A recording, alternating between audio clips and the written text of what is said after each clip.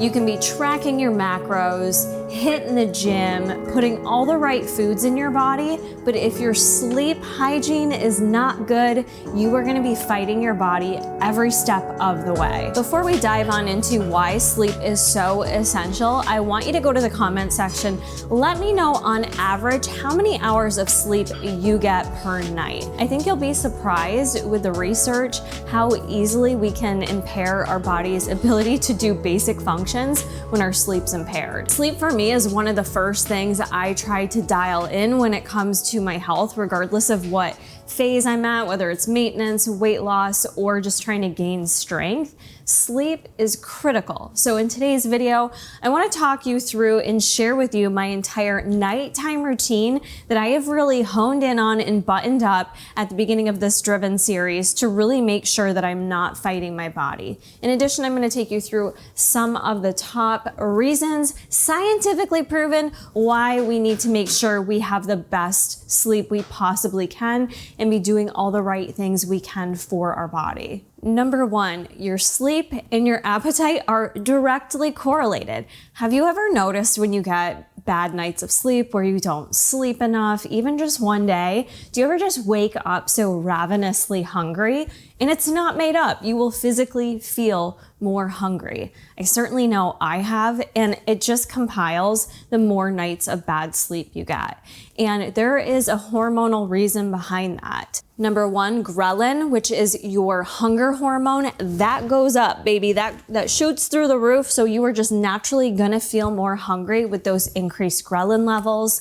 And leptin, that's our satiety hormone, that's gonna go down. A study in 2004 showed that just 2 nights, that's all it takes, 2 nights of restricted sleep caused a 15% drop in leptin and a 15% increase in ghrelin. So you're gonna be hungrier and less satisfied. That's just with 2 nights of poor sleep. And I know many of you are out there getting poor sleep night after night after night. Imagine trying to also go through a weight loss phase, how much you're working against your body and wondering why you're not able to move the needle at all with your results. Speaking of sleep, Justice is snoring behind me. Another hormonal change we can notice with poor sleep is increased insulin sensitivity.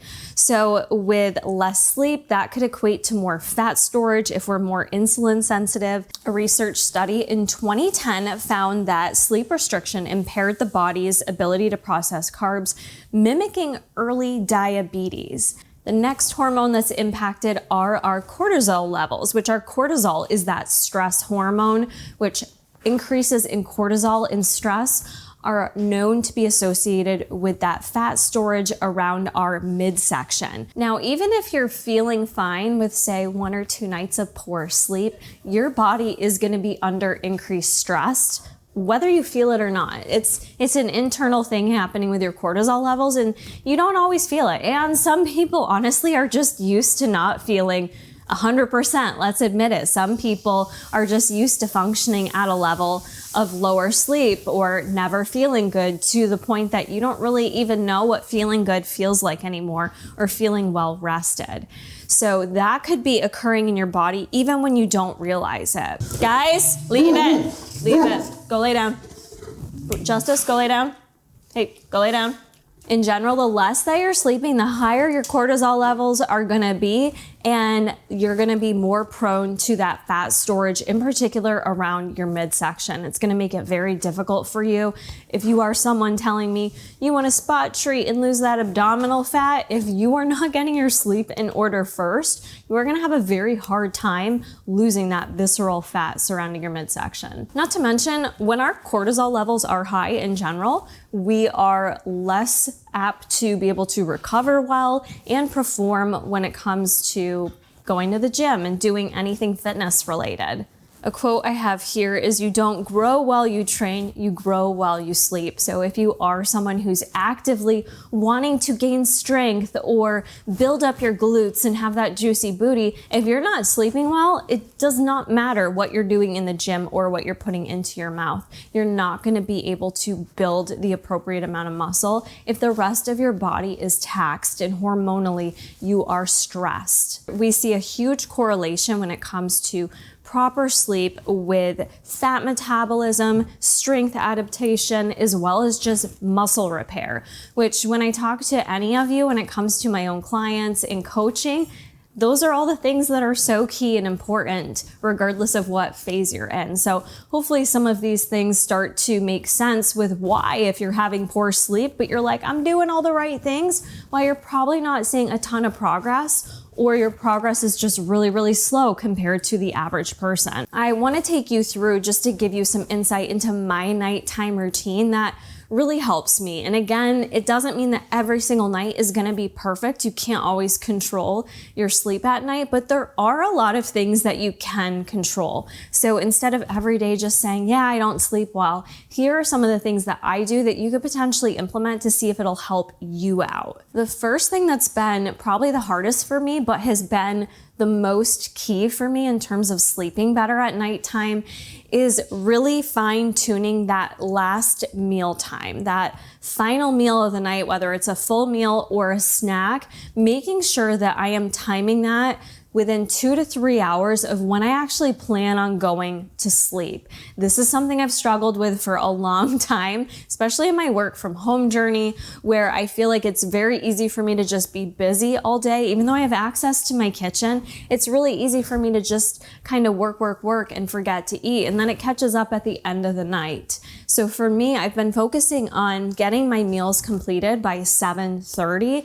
because I like to make sure that I'm around 9:30, 10. That's always my goal to fall asleep. So that gives me about roughly 2.5 to 3 hours to allow my body to digest, so that when it comes to actually going to sleep, my body is not fighting itself trying to digest and rest. The other thing I personally do that you should pay attention to as well is just looking at what your final meal choices are at the end of the night. Something like a clear whey protein shake and a 100-calorie bag of popcorn is a really light snack for me that I've noticed at nighttime I digest very well. It's nothing too heavy, it's not too high in fat, and I just feel like it's very easily digestible, where I notice not only do I sleep well, but the next morning I wake up feeling great. That's kind of the key to just feeling your best beyond just, getting good sleep. That nighttime routine sets up your next day for success. If we can do everything right in the evening, it gives us our best chance the following day to feel our best and to perform our best. After I finish my final meal, my next step is always going into the bathroom and doing my full skincare routine, because as much as I have good intentions in the evening, if my full bead of makeup lays on the couch and starts watching TV and starts getting tired, I'll end up just getting lazy when it comes to my skincare. And not only is this key for just good skincare, but I find it also helps me just get into that nighttime set routine where I'm just in that structure of getting to bed. Like having this actual flow just makes things very seamless in the nighttime. And just like you kind of want structure with the beginning of your day, having that structure at nighttime too trains your body to prepare for its best sleep. So I go through and I do my full skincare regime in the evening, and I just feel clean. I feel better. If I feel clean and ready for bed, it just also gives me the best rest possible. Next, we're gonna set our environment up for success. Summertime right now being at its peak in terms of the sun. It's very light out until 9 p.m., which is amazing, but also depending on what time you're trying to fall asleep, can be a little bit tricky. So a couple things I like to do is close all the blinds if I can, just to make it a little more dim in here. And I also like to set the temperature to 68 in our house. Sleeping in a cooler environment can help you sleep better. And I don't know about you, but if I wake up hot in the middle of the night, that wakes me up and it can be really hard to fall asleep. So making sure you kind of get that temperature set nice and cool. I also like to grab pajamas. If I'm gonna sleep in PJs, I like to grab something that I know is gonna keep me cool throughout the night.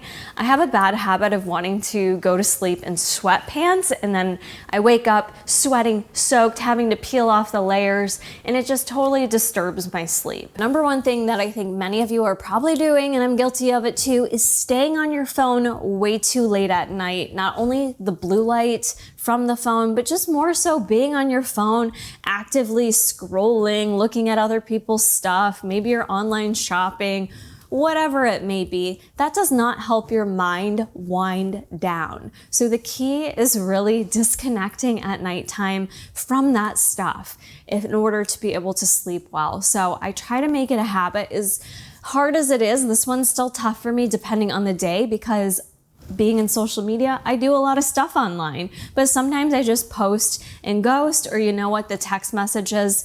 People know I like to wind down. My friends know my normal routine at nighttime, so they know if they text me after 8 p.m., usually they may not hear from me till the next morning. So I usually just like to put my phone up, get it away, so I'm not tempted to be on it while I'm watching TV, already kind of stimulating my mind. We're so overstimulated, so it's best to just separate, put it away so you're not on the phone. And I try to do that at least 2 hours before bedtime. In terms of supplementation, something that I have added in that I feel like has made a world of difference with my sleep is Ghost Sleep. So Ghost has a sleep product that you take at nighttime. I take the full dosage. Ghost Sleep has in it magnesium, which is just known to help relax the body. It's got GABA in it, KSM 66 ashwagandha, L-tryptophan, and full yield melatonin, 3 milligrams. So I've been taking that, the 2 scoops, which is 13.5 grams. If you decide to try it out, I definitely recommend measuring it, because it ends up being like 2.5 scoops when measured. But I've been making that part of my nighttime routine, where I take that 30 minutes before I plan to actually go to sleep. You don't want to take melatonin and then be under bright lights and be moving around and doing all the things. You need to take that when you're about to go to sleep. So I tend to scoop that out, and I do not sip it. This is not a time to be sipping your little cocktail. Chug that bitch. Like, just chug it down, get it in, and get yourself fully prepared for rest. I also like to sometimes, if I'm watching TV, my wind down show of the night is Friends. It's just a comfort show that I've seen a million times. I'm not gonna force myself to stay up because I'm not interested in it. Like, I know how it ends, but also it's just a nice comfort show. Sometimes I will take my glasses off so it's a little bit blurry, because I also find, may seem silly, but I also find that just helps me kind of close my eyes a little bit easier and get really tired and ready for bed. That's essentially my entire nighttime routine. A few other things you could do to ensure your sleep hygiene is getting the most attention is just setting a consistent bedtime. If you don't already have one, maybe this is aging me, but sleep is so important for all of us. Have a set routine of when you're gonna go to bed. Don't go to bed at, 8 p.m. one night and then midnight the next night and 2 a.m. the next morning if you can help it. Getting yourself into a consistent cycle with what time you plan on winding down and what time you're gonna get up in the morning gets your body trained to be in that consistent routine of sleep. The other thing I didn't mention, because I'm not much of an alcohol drinker, I rarely drink alcohol, but if you are someone who's like, oh yeah, I like to have a few drinks, just, I like to have a glass of wine at night, that's no worries. It actually is a worry. Like, that could be exactly what's causing you to sleep poorly. I don't know about you, but anytime I've drank alcohol, I have the worst sleep of my life, regardless if I have one glass or if I get turnt. It is not good for sleep. The other thing to pay attention to, like I said, going back to what your last meal is, if you're eating something super heavy at night, something very high in fat, maybe something really high in sodium or something your body's just not used to, that could also impact your digestion and then impact your sleep. If you are someone that kind of avoids what's going on up here all day long, and then the only time you're alone in your head and your thoughts is when you get in bed at night to go to sleep, and you find yourself anxious and you can't fall asleep because you're just racing through all these things, you are likely someone that needs to start to carve out time during the day to be present in your own body and in your mind. Many of us are just distracted all day long, whether it's doing work, listening to podcasts, on our phone. You need to take some time to be alone in your thoughts, because if the first time you're alone with your thoughts is when you're trying to go to bed at night, it is likely going to cause you issue to be able to fall asleep at night.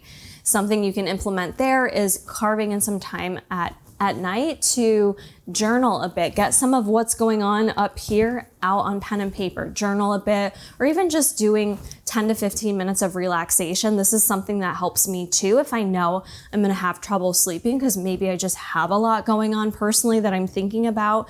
I'll spend 10 to 15 minutes just stretching at nighttime, and that can make a world of a difference to get yourself into a relaxed state. And in addition to that, Jason and I both we have these heat packs that we get off Amazon that in general just help to put it on any area of your body that you're sore. I tend to have a lot of lower back pain, and at nighttime I like to just throw that heat pack in the microwave and then put it on my back when I'm laying on the couch. Just the warmth of that gives me some comfort and also puts me into a more relaxed state ready for sleep. And if you are anxious, getting something like a weighted blanket, that can go a long way too. I have 2 giant dogs that tend to sleep on me at nighttime when I'm on the couch, I should say. And even just their weight, I feel like does kind of exude that feeling of a weighted blanket, and it does make me feel less anxious. So things like that can really help out too if you are struggling with nighttime anxiety. I know many of you will tell me that you struggle with waking up in the middle of the night because of going to the bathroom multiple times. That's something you definitely want to pay attention to, how much you're drinking throughout the day, maybe limiting that a bit closer before you go to bed. In addition, I mentioned alcohol, but you also have to pay attention to caffeine. Because of the half-life of caffeine, it stays in your system and can still be there like 7 to 9 hours later. So you're gonna wanna make sure you are not drinking caffeine up until, a certain time of day. You may not think it's impacting you, but it could be the exact reason why you can't stay asleep at night or even are waking up to go to the bathroom. So do a little inventory of some of those areas to see, you don't need to fully overhaul your entire life. I just kind of wanted to throw a lot of different things at you and maybe pick 1 or 2 small things that you can implement to really improve your sleep hygiene. So I do hope these tips were helpful in just walking you through my personal routine that has been helping me at nighttime. I know it's made a world of difference for me, and now that I'm in a weight loss deficit phase, I know it's gonna make it easier that I'm not working against my body with poor sleep. So before you head on out of here, list for me down below 1 thing you're gonna do after watching this video to improve your sleep habits. All right, friends, that's it for me. Until next time, stay driven.